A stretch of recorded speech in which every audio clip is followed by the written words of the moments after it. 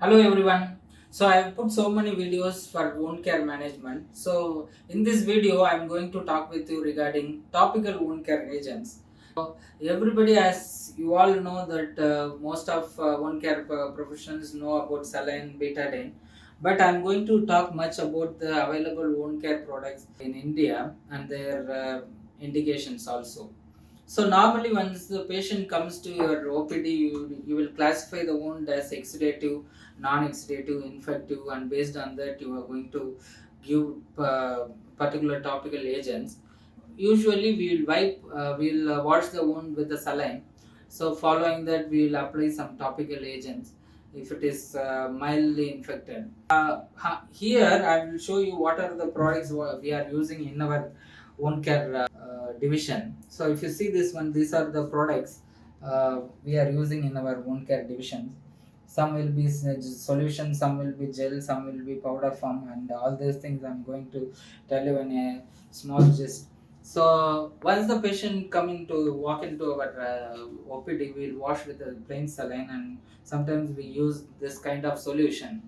This is particularly very good to prevent the biofilm formation, as well as it has a component of betaine and polyhexanide. Betaine is a surfactant which washes away the bacterial load in the wound bed, and polyhexanide is again is an antimicrobial agent that covers gram positive and anaerobes also. So once we cleanse that one, the same we can use as a gel also. It has a high viscosity. The usage of gel, no, it retains the moisture and keeps the wound bed water content so that the won't get dry.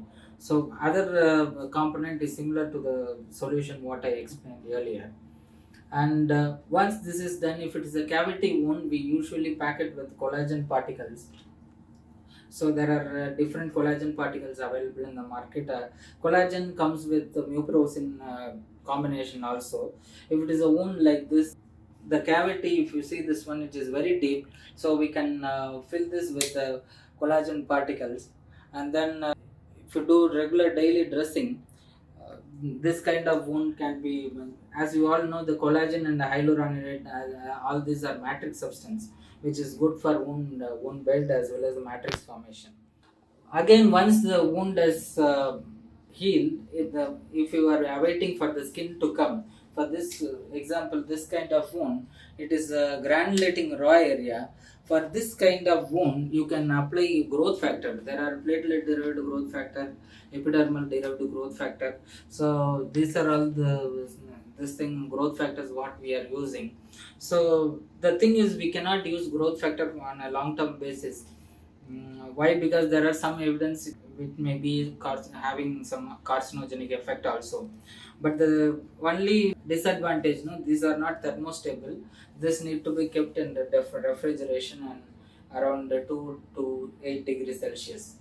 So again, if the wound bed has some slough, so we can debride with a local anesthesia. If it is a minimal slough, we can use papain-urea combination. Papain-urea combination you can apply periodically over the wound bed, which will make the slough into soluble particles, so that the granulation will come. Again, if it is a eczematous wound, say for example in a lymphovenous ulcer or a chronic venous ulcer, the surrounding the wound bed, the skin will be very thick eczematous, as well as the patient will have itching, itching sensation. So for this, we can use a paraffin oil or any kind of moisturizer which will reduce the itching nature, as well as the paraffin has a moisturizing effect also. Along with that, if it is bothersome itching, they can use topical steroid also, so that inflammation we can reduce with that one. If it is a painful ulcer, I generally mix topical lignocaine along with the cream whatever I am using, so that it won't be painful immediately after dressing.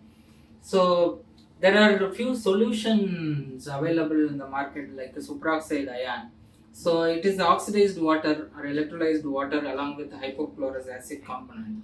This we can this solution, supraoxide solution, has an antimicrobial property. This we can cleanse the wound and soak with the gauze material and do a primary dressing with this kind of solution. These are also available in market. This is ionic silver solution. We all know silver is a good antimicrobial agent. So this is a solution which contain ionic particles. So there are a few dressing materials which have ionic silver lining also.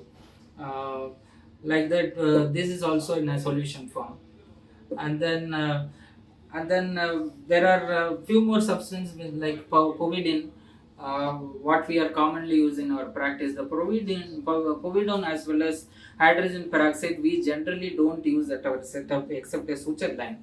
We use a povidone ointment. Other than that, over the granulation tissue we never use that one because it prevents granulation and as well as it's a tissue irritant also. So there are topical antibiotic creams also, like Framicetin skin cream, or your mupirocin cream. So all these things we generally don't use topical antibacterial agent because if it is a wound, the topical agent should have the action to control the moisture as well as to reduce the biofilm. So normally we don't use this kind of topical antibiotic agent.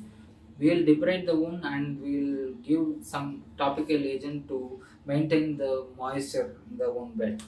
So there are topical zinc, antifungal creams. If it is too much of if it is a web space, there will be too much of moisture.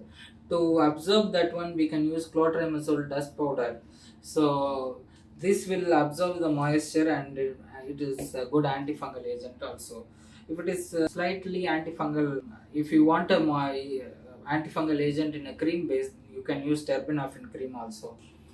There are different kinds of wound management, wound care dressings available in our market. You need to choose based on the wound and slough and the infective nature. So if you use this one, definitely if you know the knowledge of this kind of dressing material, definitely this will be useful in our wound care practice. Thanks for watching. Bye bye.